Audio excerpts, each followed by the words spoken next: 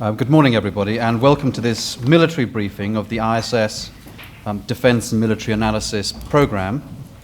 The conflict in Libya continues to rage as we speak, with the momentum currently favouring the forces loyal to Colonel Gaddafi, who yesterday advanced into the city of Ajabia on the road to the principal rebel stronghold of Benghazi in eastern Libya.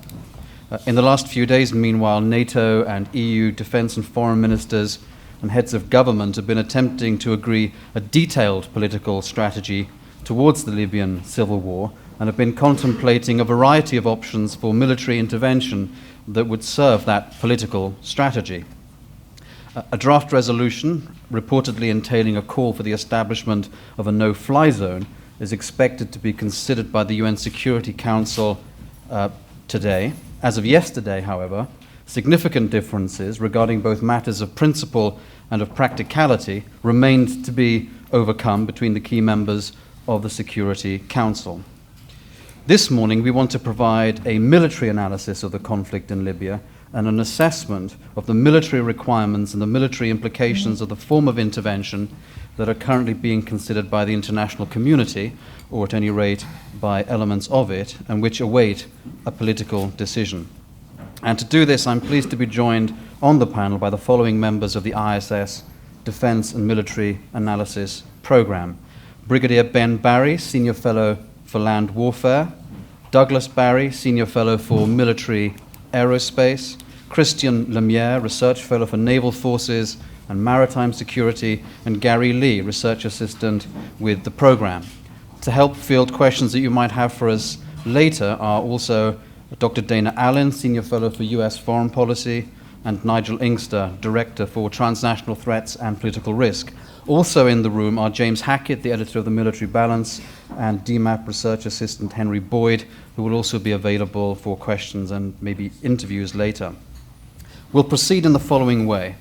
Ben Barry will first give an overview of the state of the conflict, with Gary Lee providing details on the opposing forces. Ben will then assess the factors that will shape how the conflict will evolve.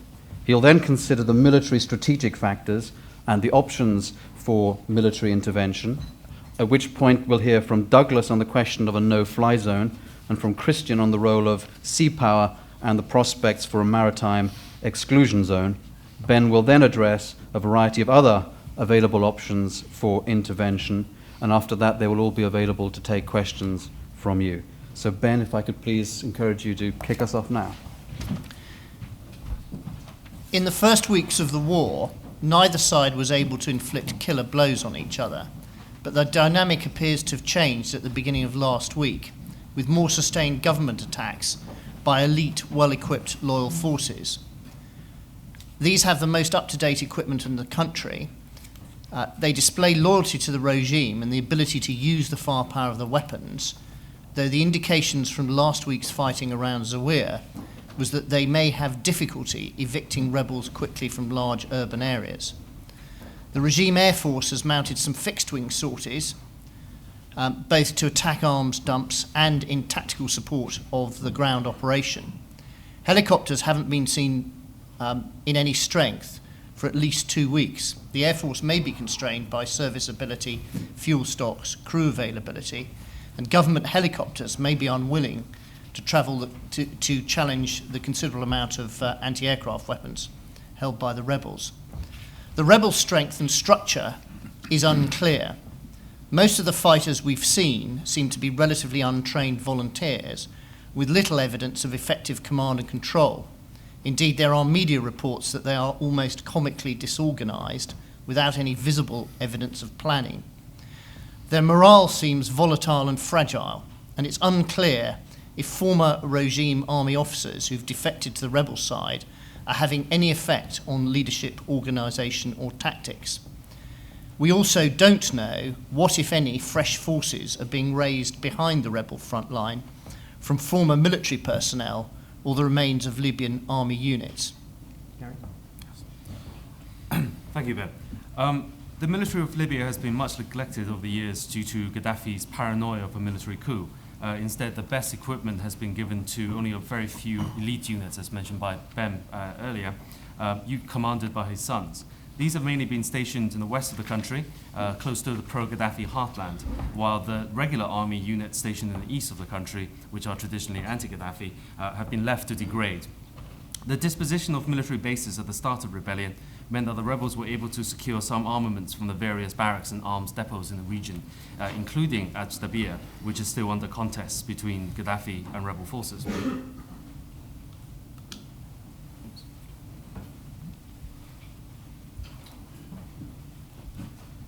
So let's take a look at the kind of assets that the rebels have at their disposal. They've only managed to secure a few armored vehicles from the various barracks around the east of the country, most of which are in a very bad state of repair. We have seen limited numbers of BMPs and T-55 main battle tanks taking part in the fighting around Ras Janouf, as well as a few BM-21 Grad rocket launchers from a major artillery depot from within Benghazi. However, the main fighting vehicle of choice by both sides is the modified pickup truck, usually known as a technical, which can have an assortment of heavy weapons mounted at the back. These vary from heavy machine guns to recoilless rifles, which can also be used against armor. The rebels have little in the way of artillery, although small quantities of Type 63 107mm rocket launchers have also been deployed. But the technical expertise required to successfully employ indirect fire support might simply not be there. And as we've seen last week with rebel defeat around Ras Janouf, some of the BM-21 rocket launchers, which they've only recently employed, were abandoned on the battlefield. The main advantage for the Gaddafi forces is their air support, and this has meant that anti-aircraft capabilities are of very high importance to the rebels. So far, the only anti-aircraft assets we have seen are light anti-aircraft, towed anti-aircraft guns, to use to counter Gaddafi's aircraft. Although some man-pads, man-portable anti-air defense missiles have also been used, such as the SA-7 Grail, which can be seen on the bottom right of this slide here. Allegedly, it was used in the bringing down of a Sukhoi 24 fighter bomber in the fighting last week. As Gaddafi forces close in on Benghazi, more and more former soldiers have stepped up and taken on training the rebel volunteers in the proper utilization of what little arms they have, as can be seen by the army defector training new recruits in Benghazi in the proper usage of anti-aircraft guns. Pro-Gaddafi forces consist mainly of two combined arms brigades, the 32nd Brigade, also known as the Khamis Brigade, and the Sadi Brigade further to the east. The former is the most reliable of Gaddafi's forces and has mainly been based around Tripoli. Its well-maintained T-72 tanks and various heavy vehicles, including self-propelled guns, have been crucial in the retaking of the western town of Zawiya. Reports of rolling barrages supported by heavy armor assaults seems to be the typical method of attack by this brigade. The forces in the east are of more varied in quality, but do have the advantage of heavy artillery and air support. As the pro-Gaddafi forces regain their operational momentum, they have been able to employ the superiority in artillery as well as air assets to devastating effect. As been seen in the recent fighting around Zawiya and Ras Janouf, any consideration of military operations, military options open to the West will need to take into account both the regime's artillery assets as well as considerable anti-aircraft assets in and around Tripoli. What I'd like to do now is offer you a commentary about the war and some pointers to how its direction in the near future. Last week, the US Director of National Intelligence assessed that the regime would win. I agree with him that the military balance is currently in the regime's favour, but I assess that the defeat of the rebels is not necessarily inevitable. But how do we explain the initial rebel success in fending off the early government offensives on Zawiya for the best part of a week? Probably by the rebels exploiting the familiar advantages accruing to defenders of urban terrain, which considerably reduces the advantages of armoured forces. But the government forces themselves seem to have adapted by using their firepower to pound rebel-held areas, and this seems to have won out over the course of the week in Zawiya. And this tactic also appears to be working in East Libya.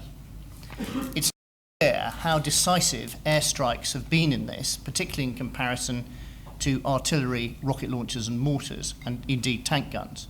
Now, what does this tell us about the future?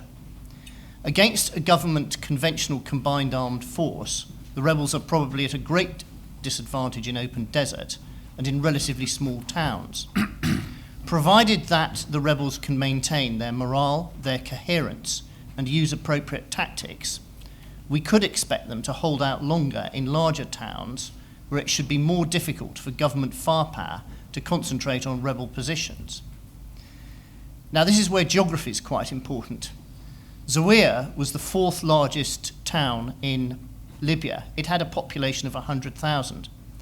Misurata in western Libya has a population of 500,000, and Benghazi has a population of well over 1 million. So Misurata and Benghazi could hold out longer, provided rebel morale doesn't crack. The other geographic factor that commentators shouldn't underestimate is the size of the country and the distances between important towns, which posed major logistic and deployment challenges in the Second World War. The majority of Libyan logistic installations and arms dumps were in and around the cities, and those in the east are in rebel hands.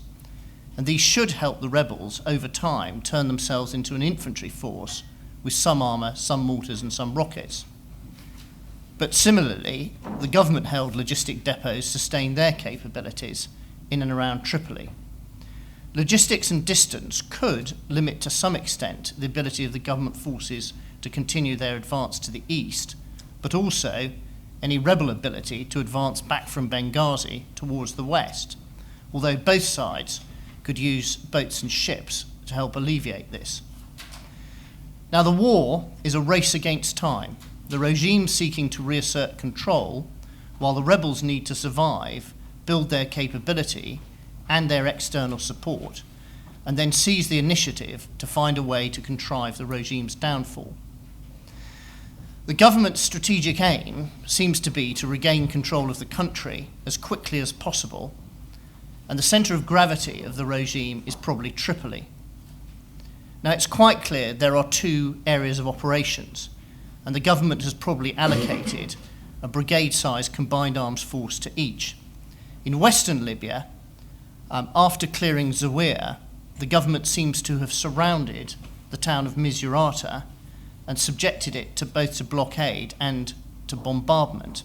But of course, Misurata's size, 5 times that of Zawiya, may make it a tougher nut for the government to crack. It may also be the case that government action in and around Tripoli is constrained by its need to retain its armed forces for purposes of repressing any demonstrations or unrest amongst the civil population in Tripoli. In eastern Libya, quite clearly there's a brigade-sized force advancing towards Benghazi, and this is probably at the moment the government main effort. Now, if Benghazi falls, Misurata can be dealt with at the government's leisure. We can expect the government forces to attempt to storm Benghazi quickly off the line of march. If this fails, it's likely that they would attempt to surround the town and then engage it to a siege, although the cordon they would have to throw might be quite problematic for a brigade-sized force to implement. They might also attempt to send a force to seize the crossing on the border between Libya and Egypt. But the centre of gravity of the rebels is probably Benghazi, so their current aim is probably to prevent the regime retaking the city so they can survive, build their capability, and then take the fight to the regime. The obvious military course of action for the rebels is to fortify Benghazi and seek to make any battle in and around it appear like the siege of Sarajevo in order to foster international support. As a city of over 1 million people and an area of 50 square kilometres, roughly about the size of Bristol, it has considerable potential for urban defence and for propaganda, portraying the rebels and the civilian population as the Bosnian government successfully portrayed the defence of Sarajevo in a masterful psychological operation that had considerable impact on the United States and globally. If the rebels are successful in this, we can expect an increase in international media and political calls for something to be done. But of course, journalists are currently reporting that they can see no practical measures being taken to prepare the defence of the city.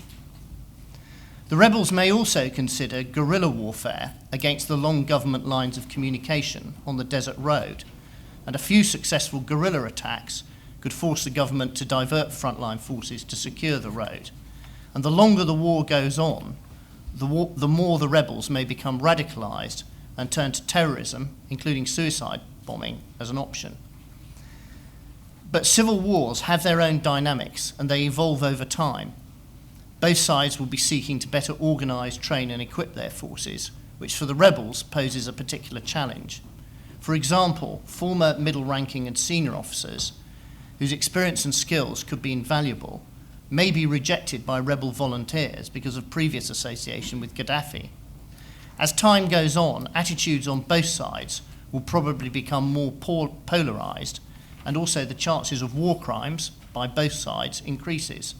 For example, parties may oppose the delivery of humanitarian relief to the other side, as relieving civilian sufferings sustains that side's war effort.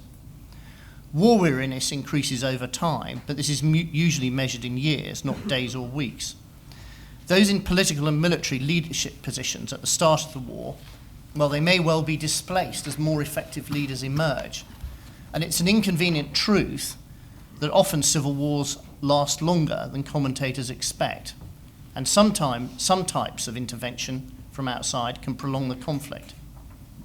Now, in this war, my current assessment is that there's evidence that both sides have been limiting their military operations.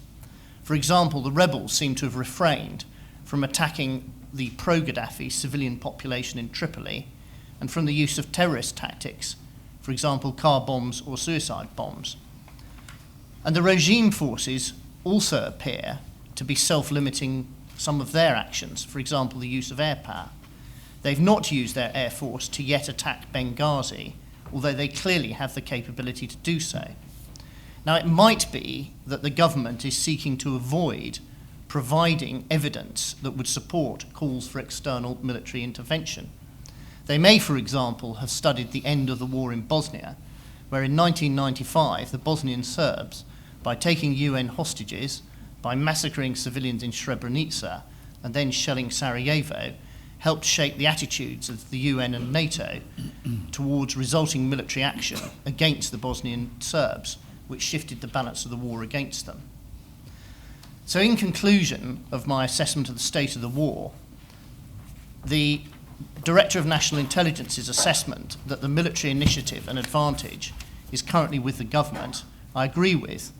It's clear the regime is preparing for the long haul and that the rebels are in for a tough time. But even now, while regime victory is probable, it is not necessarily inevitable.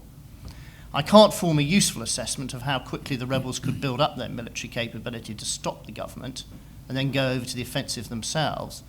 But key to this will be the outcomes, both military and political, of the fighting that appears likely in the near future around Benghazi.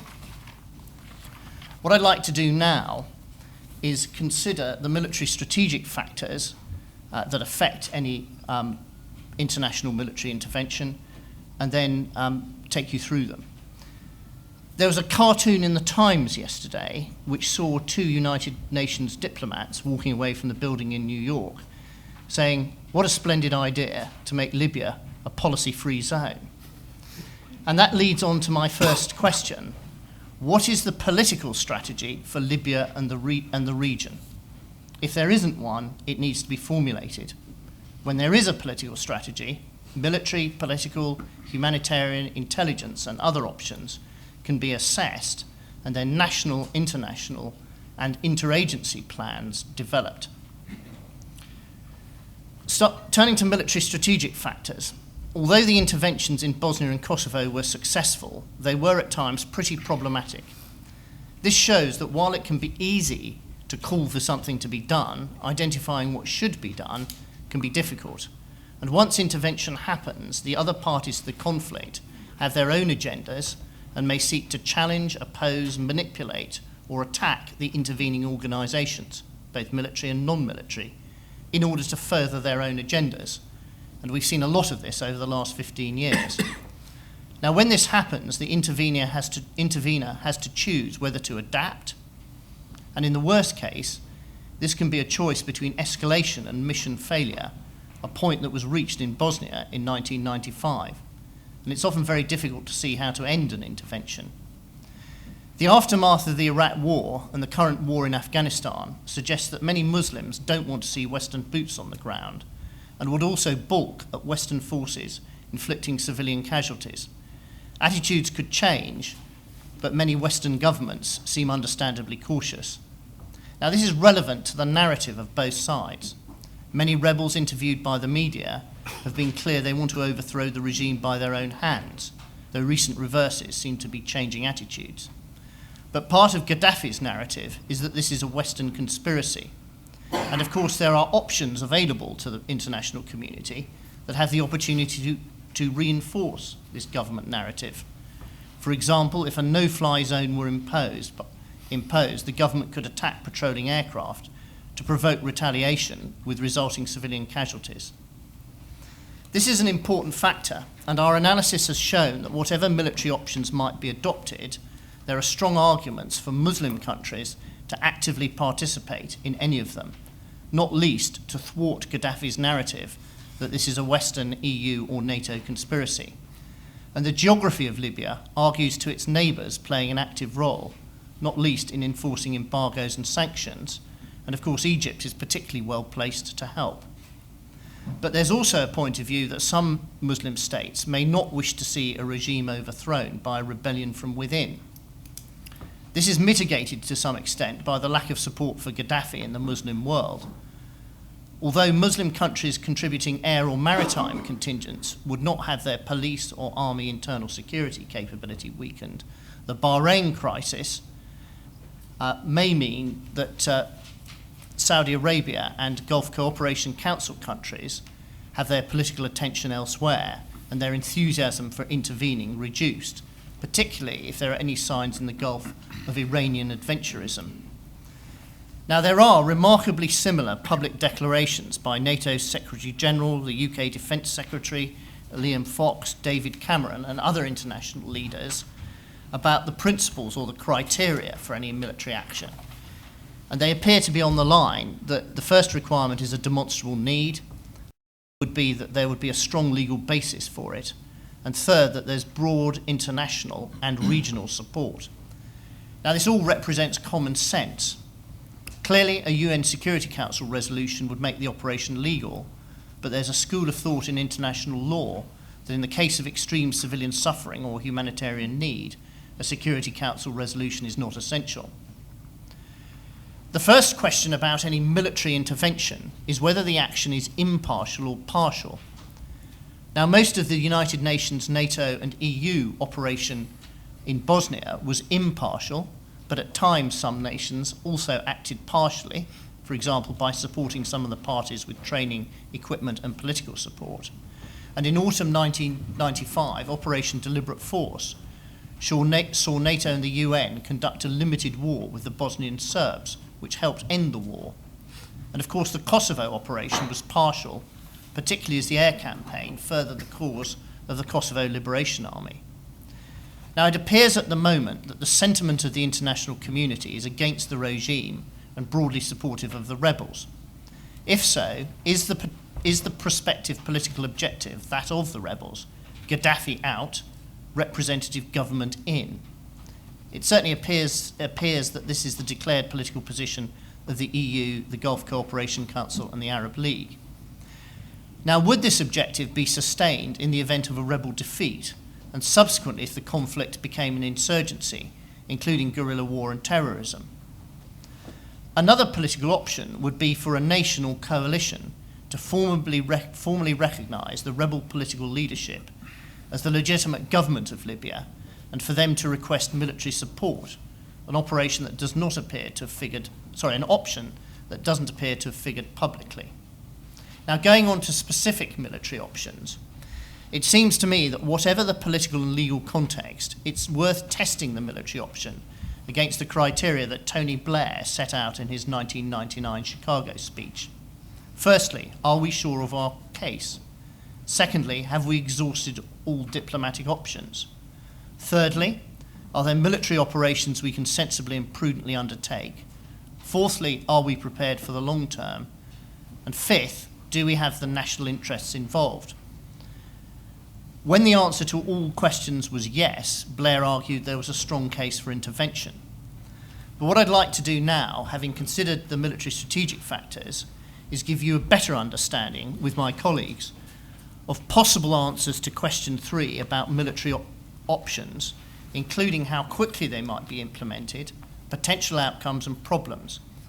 Obviously, I'm going to have to consider each in isolation, but they could be employed in combination, both in space and in time. Firstly, non-lethal aid could be supplied to the rebels, including fuel, rations, and particularly secure communications. And this could begin very quickly, but it might have little effect in the short term, but could become significant over the medium term and long term. It could be delivered direct with the aid, but that carries the risk of attack from regime forces or through neighbouring states. Secondly, information intelligence could be supplied.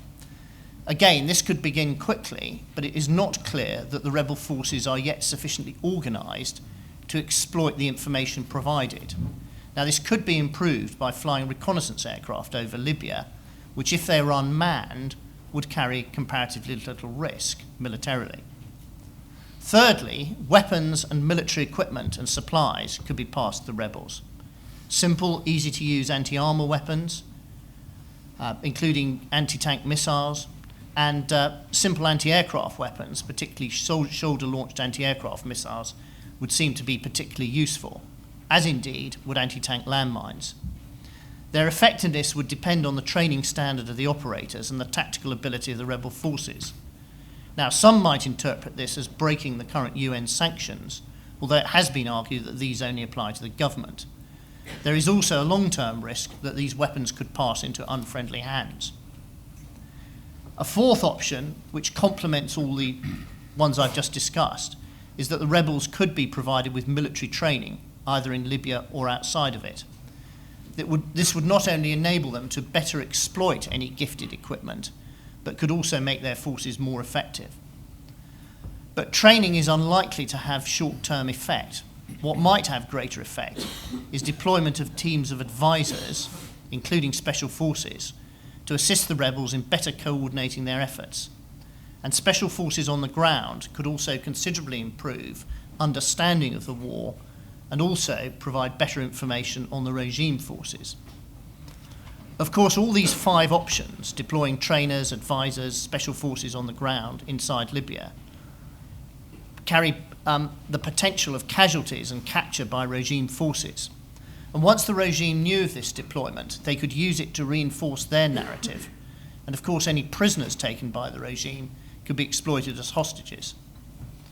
Now, what I've described so far seeks to avoid direct combat between the intervening force and regime forces.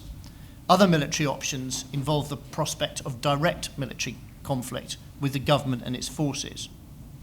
Least lethal might be using electronic warfare to attack regime communications, command and control, and state broadcasting.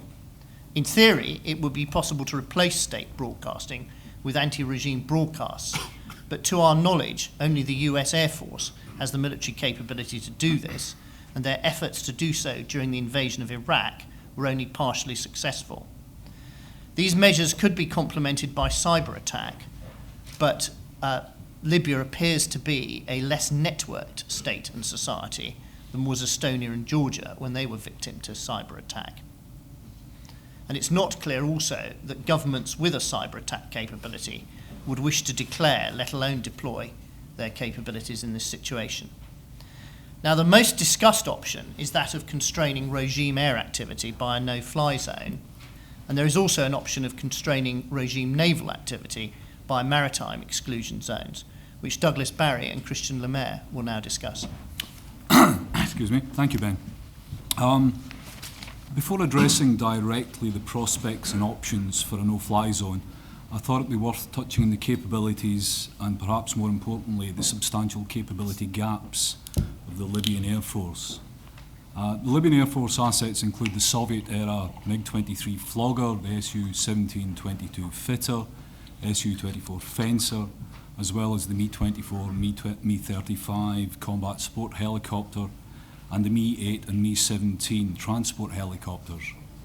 The Air Force also has a small number of Mirage F-1s. The current inventory of aircraft types was delivered mainly in the late 70s and early 1980s, with the Fencers beginning to be delivered from the end of the 1980s. The number of aircraft actually operational out of a notional combat fleet of 200 plus may be as low as 40 fixed-wing aircraft.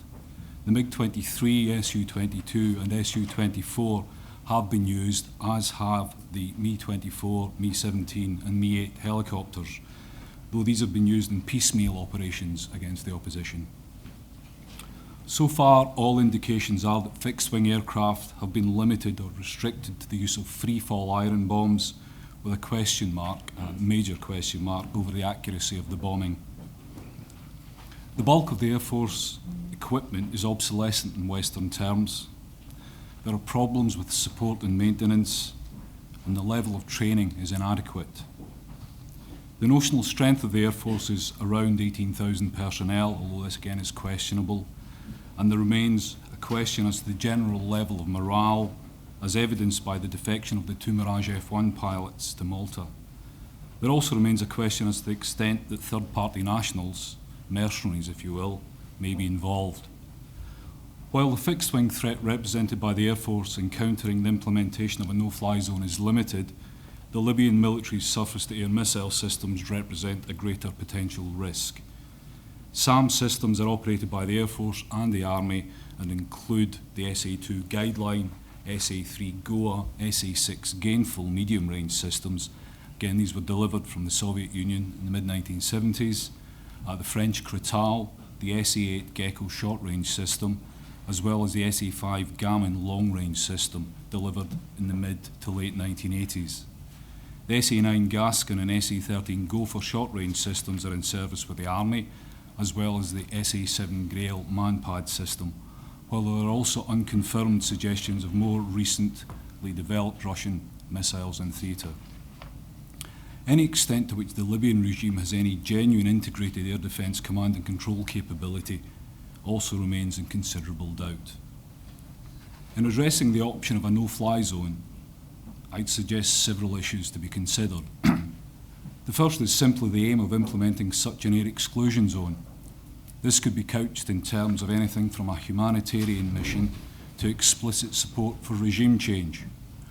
While many states are now calling for an end to the Gaddafi regime, comments earlier this week by British Prime Minister David Cameron framed his interest in a no-fly zone explicitly within a humanitarian context. Cameron said, "I'm very clear that a no-fly zone is something that we should consider because it may help to stop atrocities being committed against people who want a more democratic future." He went on to add, "The point is that a no-fly zone may not make a decisive military difference, but it could make a difference." Libya has a land area some 35 times that of Bosnia, where NATO implemented a no-fly zone in the early 1990s. This involved 12 nations with basing support from several and over 240 aircraft involved, almost half provided by the US. But there are less demanding options in terms of geographical coverage that would allow for an operation to be mounted with no or limited US support. If the intent of a no-fly zone, as Cameron has indicated, is to prevent the Gaddafi regime using the rump of its air force against the civil population in opposition-held areas, then combat air patrols could be mounted to protect these. For instance, a no-fly zone could be implemented around Benghazi with a comparatively small number of combat and support aircraft, the latter being a mix of tanker, airborne early warning and communications and electronic intelligence aircraft, perhaps backed up with some combat support and rescue helicopters. One issue, however, would be whether to take preemptive action against Libyan surface-to-air missile sites and the associated search and target acquisition radars. US SecDef Gates made his preference clear in suggesting that any US involvement would begin with defence suppression missions against Libyan SAM and radar sites. Perhaps wrapped within the military rationale, there was also a political signal as to the US lack of enthusiasm with regard to involvement. An alternative, a variant of heroic restraint, if you will, would be to refrain from offensive activity unless actually threatened, though this places a greater risk on the forces deployed to enforce the no-fly zone. For instance, there may still be an operational SA-5 Gammon site within 50 to 60 kilometres of Benghazi.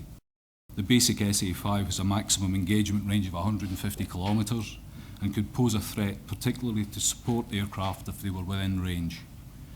The SA-5 was used unsuccessfully by the Libyans in 1986 when several missiles were fired against US Navy aircraft. The UK remains supportive of considering a no-fly zone, as does France, with the two acting in concert to garner support for examining such an option. London likely has considered a number of package options built around a small contingency force participating in variously sized coalition operations. For instance, a combat air patrol over an opposition-held town could be mounted using a force of between 6 to 8 Typhoons, 2 E-3Ds, 2 or 3 tankers, and perhaps an Imrod R1 for communications support and electronic intelligence.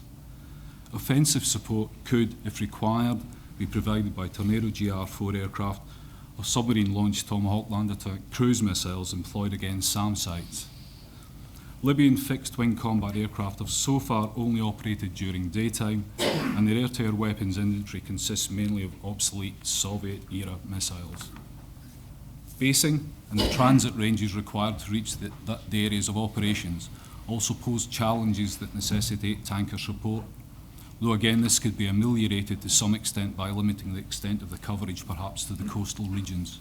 The implementation of a no-fly zone is clearly not without risk, though the risk is less than putting boots on the ground. The response of the regime to any coalition of the willing might be to try to deliberately provoke a military response by targeting aircraft involved. It might also be tempted to try to preserve its air and SAM assets and simply to continue to prosecute its ground offensive, since this, rather than air power, appears the potentially decisive factor if the conflict continues its present trajectory. I'd now like to hand over to Christian. Thanks, Doug. With all the discussions about a no-fly zone and the intense fighting on land in Libya, one aspect of the current conflict that's been less publicised is the role of sea power. This is an aspect I'd like to briefly address now, and one which has gained greater immediacy since the 11th of March, when an assault on Ras Lanuf by pro-Gaddafi forces utilised the Taural manoeuvre as the forces were brought ashore by boat, possibly using Libya's limited amphibious vessels. The previous day, Libya once again saw naval assets utilised as rebels in Ras Lanuf and Bin Jawad reported coming under naval bombardment. This isn't the first time this has happened since Libya slowly slid towards civil war. A naval bombardment was also reported on 21st of February in the early stages of the rebellion. Naval gunnery could, theoretically, be a great boon to either side in the current conflict. The 4 76mm guns on each of Libya's 2 ageing Al-Hani-class frigates, if they are serviceable, can fire tens of rounds per minute at a distance of up to 16 kilometres. And given that many urban centres and battlegrounds are near the coast, naval gunfire support could be a critical, if sometimes inaccurate, element of the fighting. The location and control of these frigates is in some doubt. The latest imagery from Libya suggests at least one of the frigates, the Al-Hani, is currently in Benghazi and may even have a crew able to operate her. Also possibly under rebel control is a Tariq ibn Ziyad, an Anushka-class corvette with twin 57mm guns and P-15 Termit anti-ship missiles. Were naval gunfire support and amphibious assault to be used more frequently by Gaddafi, it would strengthen the case for a maritime exclusion zone to be implemented alongside any no-fly zone. The prospect of a maritime exclusion zone, or perhaps more accurately, a naval exclusion zone, has not been widely discussed, but the same moral, political and legal arguments that are used to support a no-fly zone are also applicable in the case of a maritime exclusion zone. Maritime exclusion zones attempt to deny areas of the sea and sometimes above-sea airspace to enemy naval platforms and aircraft and, on occasion, civilian ships as well. As such, maritime exclusion zones go beyond naval embargo enforcement, the likes of which were authorised by the UN in the Persian Gulf for Iraq in 1990, the Adriatic for Yugoslavia in 1993-96, and the Caribbean for Haiti in 1993. The most recent examples of maritime exclusion zones were during Operation Cast Lead off the coast of Gaza, the Iran-Iraq War, and the Falklands War. Any such zone in Libya, in the current context, would likely be limited to military vessels in a bid to prevent any naval superiority enjoyed by Gaddafi from affecting the land campaign, while not denying any legitimate maritime trade to and from the country. The possibility of a maritime exclusion zone, as well as acting as radar pickets and mobile launching pads for any no-fly zone, increases the potential roles of the steadily growing international flotilla off the coast of Libya. This naval presence has been slowly building since mid-February, when ships were deployed to aid non-combatant evacuation operations. Some of these ships have remained in the area, while others have been specifically deployed, and NATO standing groups have been strengthened. Deployed assets currently include a nuclear submarine, a landing helicopter dock, a landing platform dock, 2 guided missile destroyers, and 4 guided missile frigates. Also in theatre or nearby are another landing helicopter dock, 3 more landing platform docks, 4 destroyers, and 4 frigates. In terms of aircraft carriers, the USS Enterprise remains in or near the Red Sea, while the Charles de Gaulle is on alert readiness. These platforms include 2 Indian ships that will be highly unlikely to engage in any kinetic operation against Libya. But even without them, they constitute a powerful naval presence that will be more than sufficient for enforcing a maritime exclusion zone and participating in a no-fly zone if they were all deployed. It would entail necessary risks. The Navy left under Gaddafi's control includes at least a frigate and various patrol boats with anti-ship missiles, and the area of operation will be littoral, potentially bringing naval platforms into range of land-based weaponry. Nonetheless, the number of vessels that are currently available for deployment in the Mediterranean is in excess of those that participated in Operation Sharp Guard off the coast of Yugoslavia in the mid-1990s. It should be noted that thus far all countries that have deployed naval assets have been eager to stress that their roles are currently limited to monitoring, although not enforcing, the UN arms embargo on Libya, as well as engaging in humanitarian sea lift or protecting shipping bringing food and medicine to Libya. Other possible roles include the constabulary tasks to be fulfilled in preventing arms smuggling and limiting the mass movement of humans should the conflict worsen further, or search and rescue commitments for Mediterranean crossings that go awry. Much of the non-combatant evacuation is completed, but there remains a wide range of possible roles for naval assets off the coast of Libya, especially in light of the new naval element to Gaddafi's strategy. All these possible responsibilities help explain why so many international ships are still off the Libyan coast. And with that, I'd like to pass back to Ben, who will discuss other military options.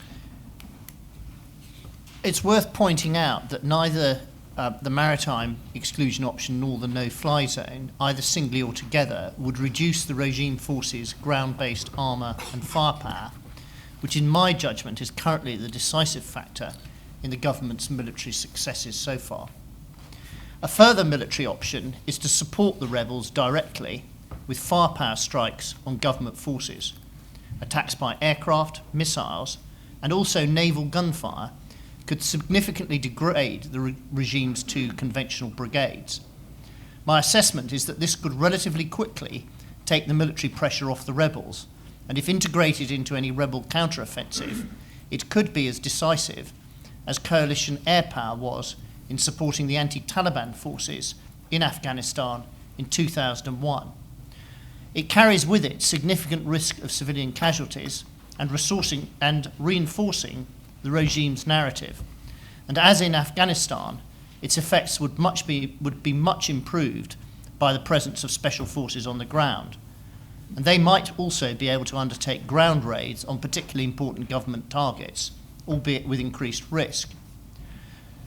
Such raids could also be mounted by attack helicopters and amphibious forces operating from ships off the coast.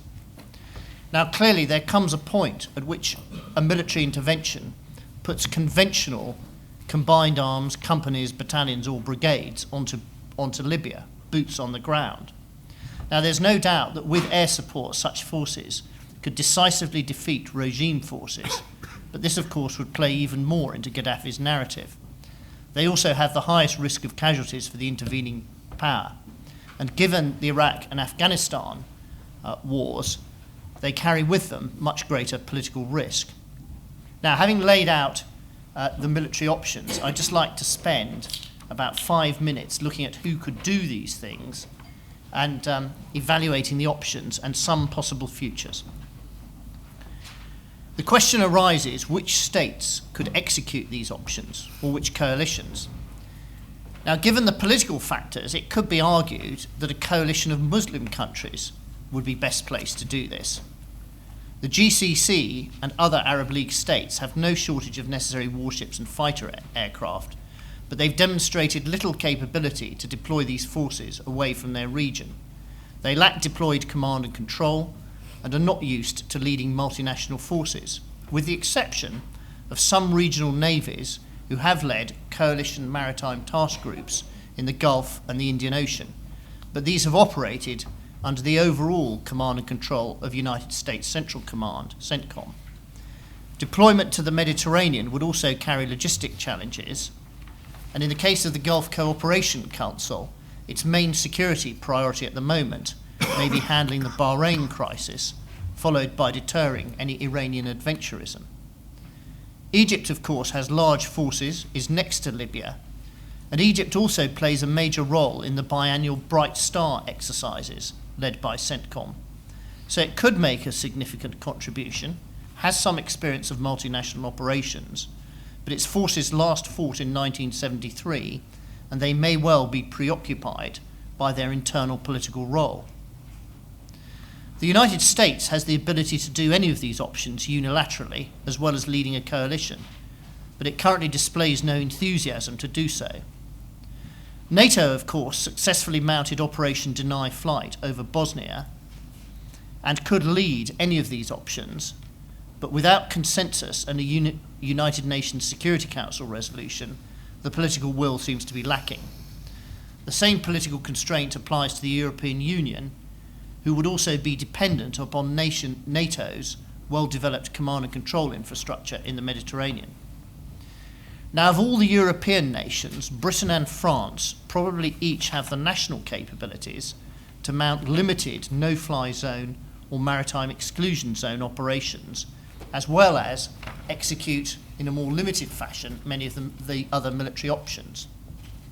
Acting together, both countries would have the ability to mount military options and lead a coalition of the willing, including military contingents from Muslim states. And recent statements by Prime Minister Cameron suggest that the UK may be developing a contingency plan for at least a no-fly zone.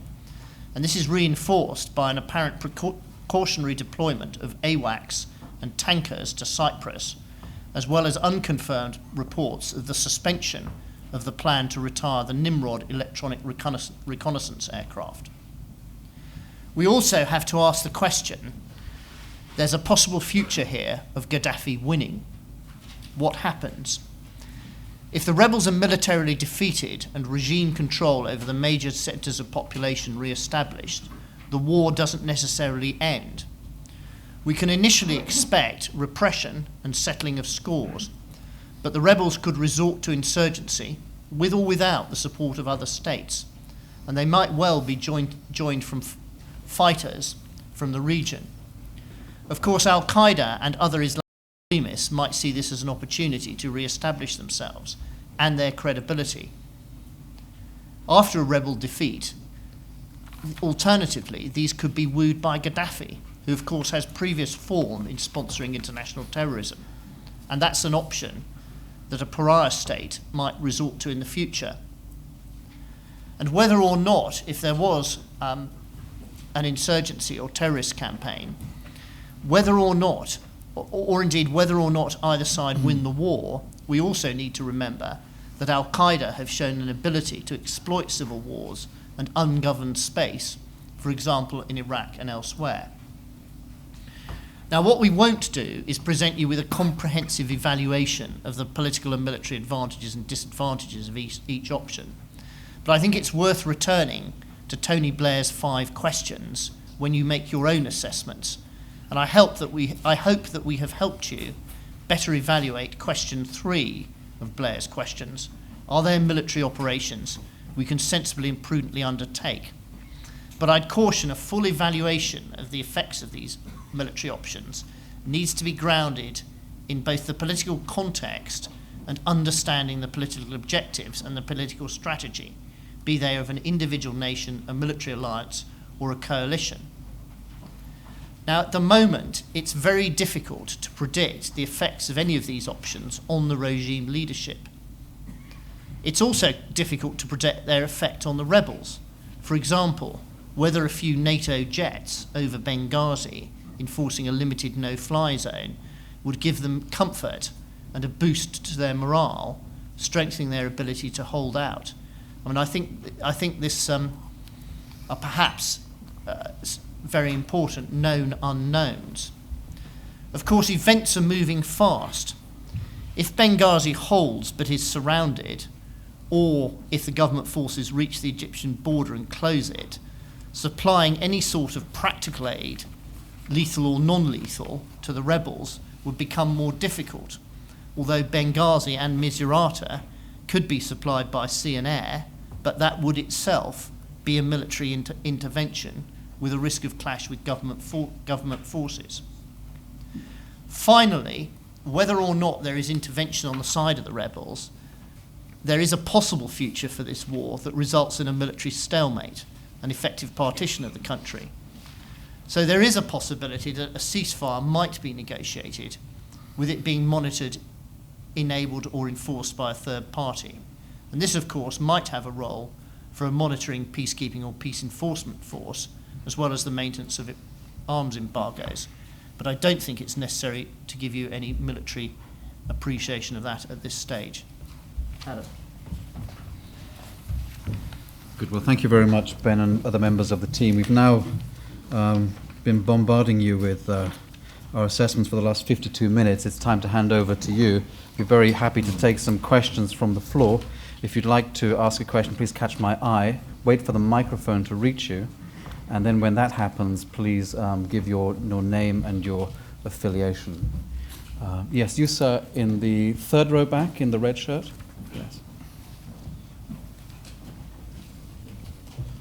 My name is Henry Chu. I'm with the Los Angeles Times. We've heard some numerical estimates about naval capabilities and also air capabilities, but I haven't heard anything numerical in terms of ground forces in terms of hardware and also just number of bodies that Gaddafi has at his disposal, if you have any of estimates like that. Ben, do you want to take that quickly? It's impossible to assess. On the rebel side, on the government side, we think they're the best part of two elite combined arms brigades, one in the west and one moving in the east. Which equals how many people, would you say? About 10,000 troops with several hundred armoured vehicles and maybe 100 odd artillery pieces of some sort. But again, what we don't know is the extent of their casualties. And I think this is a war at the moment where numbers are less important than broad capabilities. Thank you. Lady right in the back row. Excuse me. Rosemary Wright of the Times. Could we hear a little bit more about the mercenary element in this? Because one hears lots of reports about recruitment of the Tuareg, recruitment from Niger, recruitment from Chad. Is this actually just insignificant, or could it be important? Ben, why don't you kick off on that? Maybe Gary as well. We don't know, of course. I'll start again. We don't know if before the war Gaddafi had any elite or regime forces, similar to, say, the Brigade of Gurkhas or the French Foreign Legion, which was a coherent force recruited from foreigners. I've not been able to gain any traction on credible detail on the mercenaries. I think experience of previous civil wars would say that whilst mercenaries are quite useful for unsophisticated repression and bullying civilian populations, their motivation and capability when it comes to conventional fighting can be less. Certainly, I would agree with Ben's assessment. We don't really have any definite information on whether there have been mercenaries employed by pro-Gaddafi forces. But however, there have been many rumors coming from the rebel side about mercenary pilots flying some of the air assets for pro-Gaddafi forces. Allegedly, the body of a Syrian pilot was pulled out of the wreckage of a plane. But there's, like I said, there's no way to firmly confirm this. Certainly, if mercenaries were flying air support for pro-Gaddafi forces, maybe they would go some way to explaining the poor performance of a lot of the air support that we've seen so far. Thank you. Jonathan Marcus from the BBC.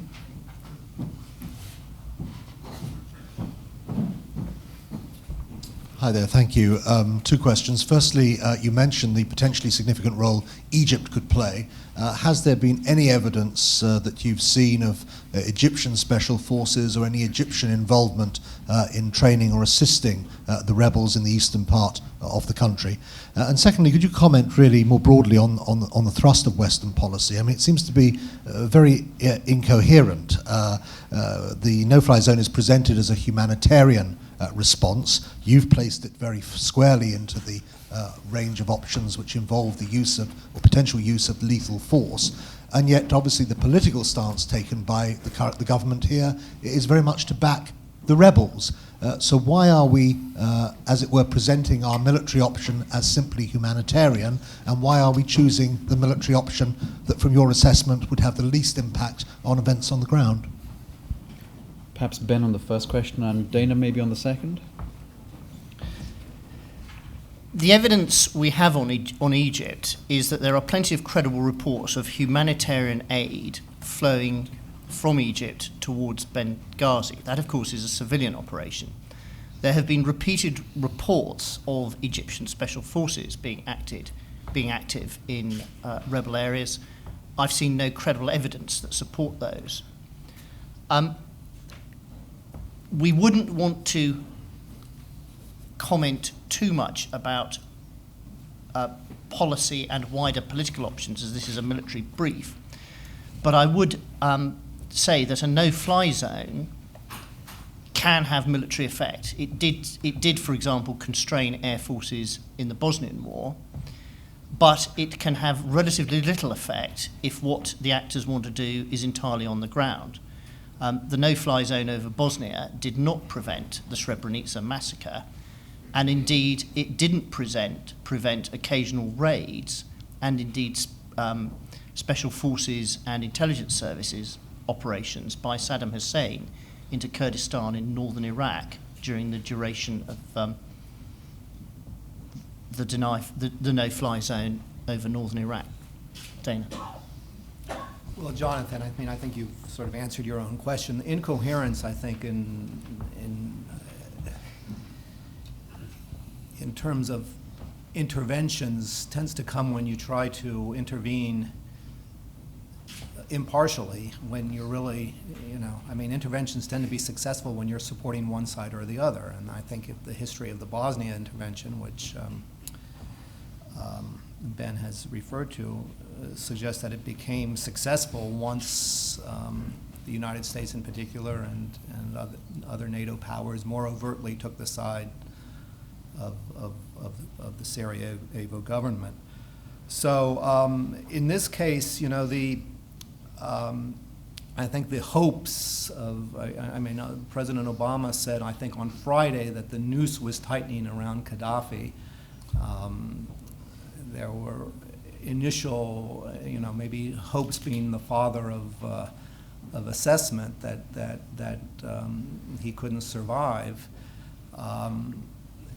And at this point, if there is going to be an effective intervention, I think it has to answer the question of whether it's going to be on the side of the anti-Gaddafi forces. Thank you. David Fisher in the front row.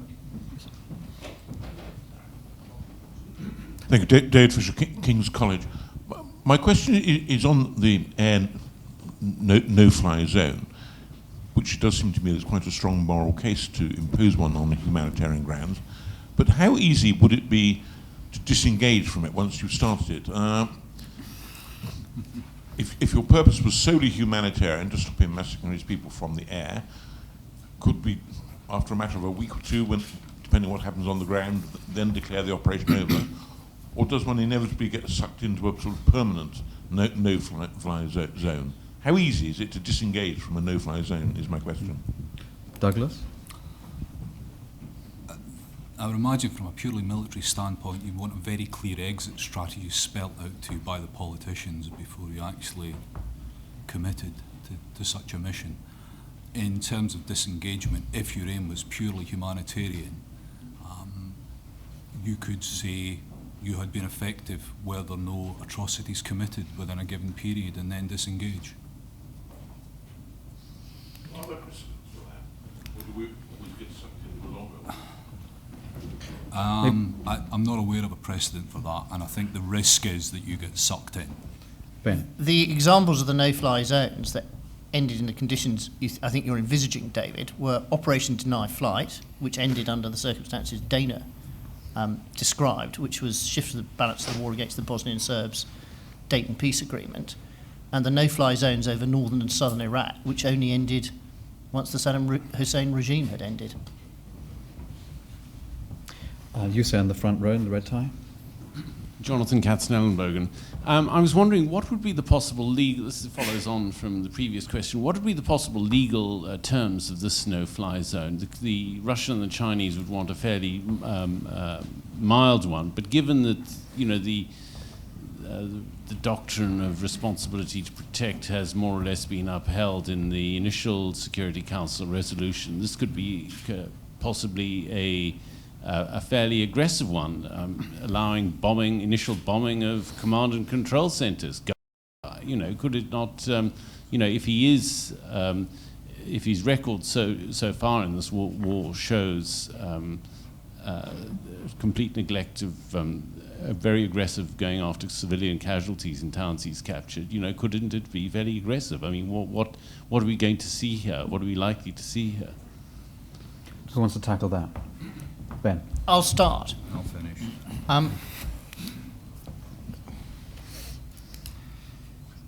The sort of UN Security Council resolution that was used for Operation Deny Flight would be sufficient to achieve the outcome of no flying by Gaddafi's Air Force. As Douglas said, it need not begin with a preemptive strike against regime air defence and associated command and control. But I would just, on your second point, I would just observe that fighting in urban areas with resulting civilian casualties is not itself a war crime. It would only be a war crime if you cross the threshold of deliberately seeking to inflict a disproportionate civilian casualties, or it would only be a war crime if massacres occurred thereafter. Now, of course, we're all quite lucky that we're not on the ground on the receiving end of a Gaddafi regime bombardment. But it is possible that the Gaddafi regime is being a bit calculating about this and seeking to avoid trying to create the conditions that would call for increased international military intervention. I don't know, but it is a proposition that I think could usefully be tested. I'd just simply add that it is a particularly difficult legal area, and that you would want very, very clear rules of engagement spelled out. Thank you. Gentleman in the third row here, just by the aisle. David Page. I'd like to ask Nigel a question that Ben started but didn't answer. What happens if Gaddafi wins? Well, if I could answer that question, I probably wouldn't need to be here. But I mean, the fact is that we've lived with Libya as a pariah regime before. One of the reasons that Gaddafi made the decision to give up his weapons of mass destruction was the awareness of the extent to which he had alienated himself from the Arab world, and he thought that in those circumstances the Mediterranean might offer him a better option. Well, he's comprehensively, I think, alienated that world, and I think in particular a lot of people in Europe have been disappointed and feel deceived by promises of a reform agenda led by Saif al-Islam Gaddafi, which turn out to have evaporated under pressure. So where does Gaddafi go? I think his options are limited. Obviously, Africa offers him some scope, and there are a number of African regimes, Angola, for example, that I think would be quite loath to see an unwelcome precedent set in the form of Gaddafi's overthrow. But I think I'd revert to Ben's point that even assuming a Gaddafi military victory, the war doesn't necessarily end there. That we may find that is simply the first phase in a more prolonged conflict, because it seems unlikely that a Gaddafi victory will effectively address any of the underlying issues that have led to this upsurge of protest and violence. And then you stand the sixth row, third from the aisle. Thank you. It's Masato Kimura of the Japanese Sankei newspaper. In Brussels, gates looked very, very stubborn beyond an enthusiastic, I think. So could you explain... Sorry, could you just repeat that, please? I didn't quite get the question. In Brussels, gates looked very, very stubborn beyond an enthusiastic, I think. So could you explain the relationship between Obama, Clinton, Gates, and I think so Obama, Clinton follow Gates. And so second question is, Suez crisis trauma in the United Kingdom. I think the UK must go with the United States, but this time UK go with France. I think with France, nothing happened. Dana. Yeah, I'm sorry, I still didn't. If I was asked to explain the relationship between Obama, Clinton, and Gates, I think the only thing I would say is that Secretary Gates obviously has, throughout this administration, has had tremendous prestige, tremendous influence. And in this case, he's been reinforcing President Obama's natural sense of caution in a situation where the Obama administration came into office feeling that the United States was terribly overstretched and basically had to, they wouldn't put it this way, but I think sort of manage a process of managed retrenchments from some of the U.S. overextension. So when Secretary of Gates issues warnings about the implications of a no-fly zone in terms of an actual long-term U.S. commitment, he's going to be listened. To very carefully. But that's not to say that, we've been talking about. Well, the other point I would make, and maybe I should have said this. I meant to say this in response to Jonathan Marcus's question. We have to remember. There are headlines this morning about how it's too late for a no-fly zone. We've assessed this in some detail.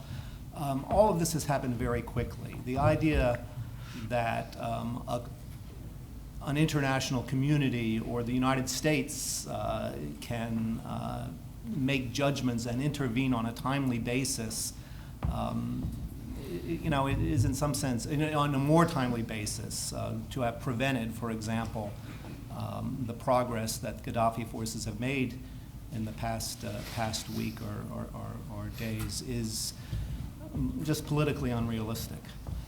So it's those two factors. I think the United States is in a period of particular caution, and it's just very, very difficult to intervene decisively early, if not impossible. And what the history of these situations suggests is if the war continues, if the rebels hold out, if it becomes a mass humanitarian issue, there will be increasing pressures for the United States and its allies to do something. And then right at the back of the room by the door and in the red scarf.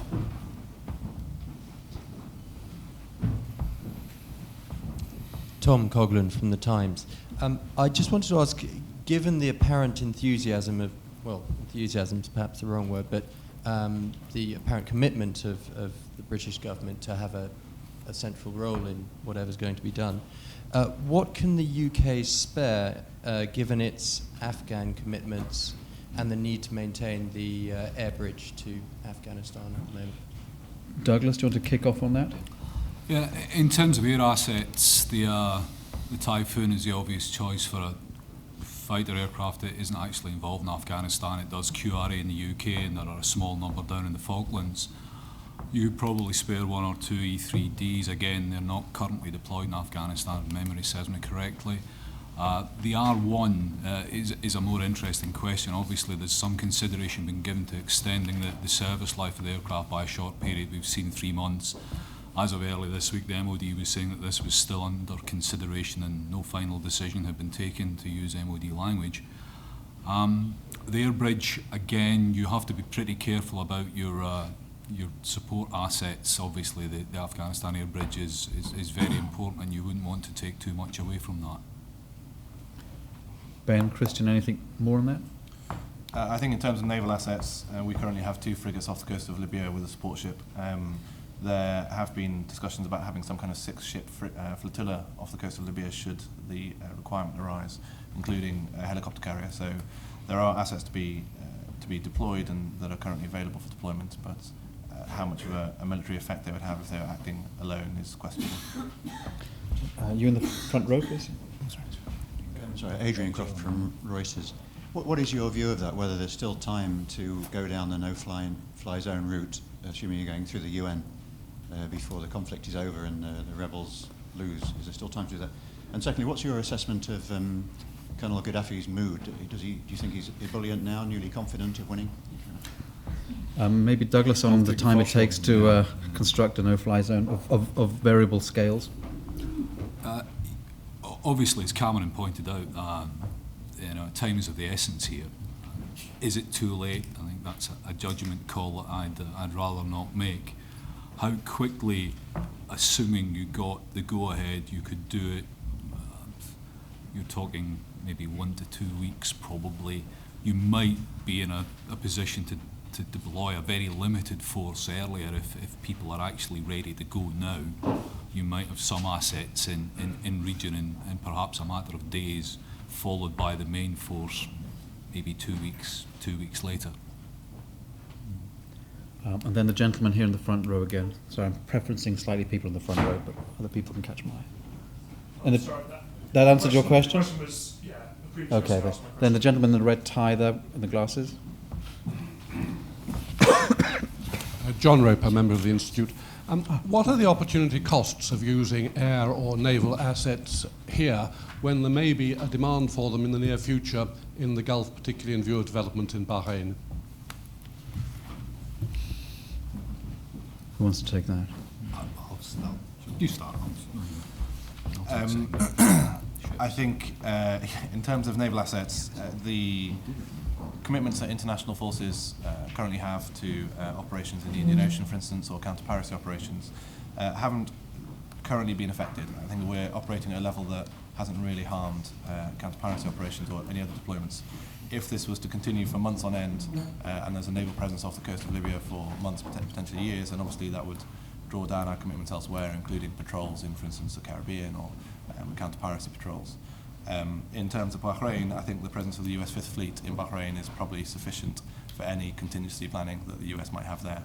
But obviously, I can't imagine the US Fifth Fleet being involved in any military operations in Bahrain. On the air side, there's obviously a longer-term issue with operational tempo. I mean, the Air Force has been working pretty hard for the better part of a decade. Obviously, any commitment cuts down on your contingency capabilities, and that's already stretched reasonably thin. So an open-ended commitment, I would imagine, wouldn't be too welcome. James Blitz, did you have your... Yes, James Blitz, and just by the camera there from the FT. A couple of questions, if I may. What do you think the risk is of a major exodus out of Benghazi as Gaddafi approaches, creating a kind of humanitarian crisis and a flow of people to the Egyptian border or by sea northwards? And also, I was told yesterday that there's a sort of assumption around that Gaddafi could begin the bombardment and encirclement of Benghazi within around 5 to 10 days. Do you think that is feasible? Do you think that's the kind of timescale we're looking at? Ben? I'd agree with your assessment for the arrival of Gaddafi's land forces, if you like, at the gates of Benghazi. They might even turn up earlier. I would imagine that they would attempt to take Benghazi off the line of march by storm, hoping that the rebel defence would collapse, as it has on so many other of the towns on the road to Benghazi quite quickly. Militarily, if the rebels held out, then the regime forces, which again we assess is about one combined arms brigade, might well have difficulty gaining purchase on Benghazi if the rebels know their business about defending a large urban area along the lines, say, of the Chechens in Grozny. Whether one armoured brigade is enough for the government to prevail over the rebels in Benghazi, I think is an open question if the rebels retain coherent and keep fighting. Now, in that case, the government forces have the option of attempting to encircle Benghazi, as they appear to have encircled Misurata, in order to bombard it. If they fully encircle it, quite clearly there cannot be a civilian exodus towards the Egyptian border. The government might choose, of course, to leave that exodus open. That scenario, with them leaving the road to the Egyptian border from Benghazi open, could create the sort of humanitarian problem you're describing. Whether their naval capability was enough to stop an exodus of civilians by boats, whether there's enough boats, and whether they would choose to attack civilian refugees leaving by boats, I couldn't predict. So you could see that a prospective siege of Benghazi could carry with it interesting military and political complications for both sides. Christian, I don't know if you've got anything to add on the maritime aspects of that. Yes, I mean, I think the presence of the international flotilla, as I mentioned earlier, may well encourage a search and rescue role or a prevention of mass movement of humans across the Mediterranean. I think the Italians in particular are very keen to prevent large-scale numbers of refugees crossing the Mediterranean. In terms of what the Libyan Navy or the remnants of the Libyan Navy could do to try and prevent the refugees, there are perhaps 10 patrol boats under the Libyan Navy's control, under Gaddafi's control. And if they were concentrated within Benghazi, then they could have a significant effect on the numbers of civilian ships that would be moving. But if we're talking about mass movement of human beings in large numbers of boats, then there's very little that anyone could really do about that, to be honest. Gentleman sitting immediately behind Jonathan Marcus. John Ellison, a member of the Institute. Could you comment on recent reports that notwithstanding the destruction of WMD capability, the government still has some chemical weapons capability? Nigel. Well, of course, excuse me, there are some residual stocks of mustard gas which are awaiting destruction under the deal that was agreed in 2004. But I imagine that those stocks are in a pretty degraded state, likely to be more of a threat to people trying to use them, to anyone they might be used against, and critically not weaponized. I think that it would be very difficult for Gaddafi to restart Rabta or to start significant production and weaponization on the sort of scale that might be militarily significant. And again, I would refer to Ben's point. If he's thinking at all strategically to deploy WMD at this juncture, when militarily there's not much evidence that he needs to, would hardly strengthen his international position and might actually be the decisive factor that led to international intervention. So it seems to me that on all counts, this likelihood is very low. I'm very conscious of the fact that we're now 20 minutes over our allotted time, so I will bring formal proceedings to a close here. All of the panelists are going to be staying on to answer any further questions you might want to put to them personally. But in the meantime, thank you all very much for coming out, and hope to see you again soon.